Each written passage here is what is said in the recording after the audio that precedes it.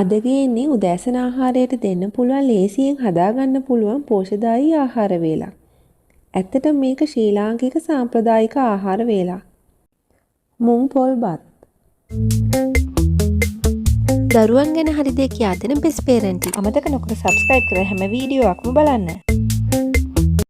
මුං ඇට කියන්නේ පෝෂණීය පිරුණු ආහාරයක්. නමුත් බබාලට ටිකක් කවා ගන්න අමාරු ධාන්‍ය වර්ගයක්.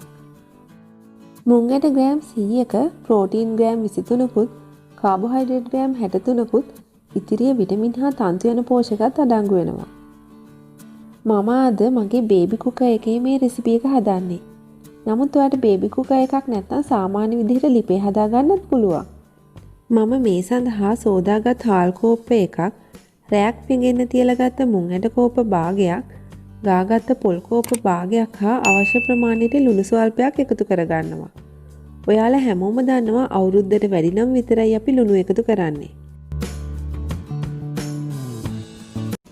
හාල් හා මුං ඇට එකතු කරලා කලවම් කරගන්න.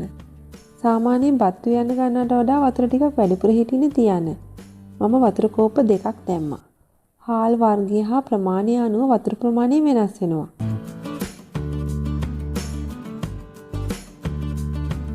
පොල් වලට ලුණුයි වතුරයි දාලා ටිකක් මිරිකලා ගන්න.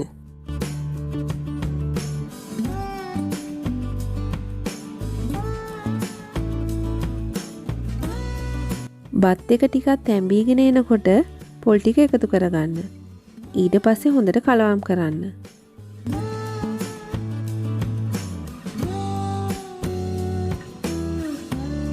බතුයි මුං ඇටයි හොඳට තැඹුණාම රසවත් උදෑසන ආහාරයක් ඔබට ලැබේවි.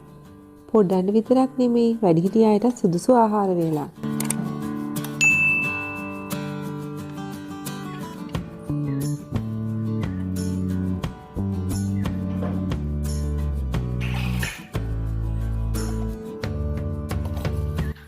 ඉතින් ඔයාලත් හදලා බලන්න.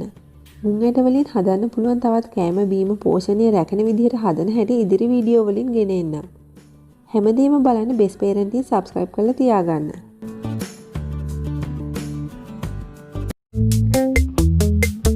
දරුවන් ගැන හරි දේ කියා දෙන බෙස් පේරන්ටින්. අමතක නොකර සබ්ස්ක්‍රයිබ් කර හැම වීඩියෝවක්ම බලන්න.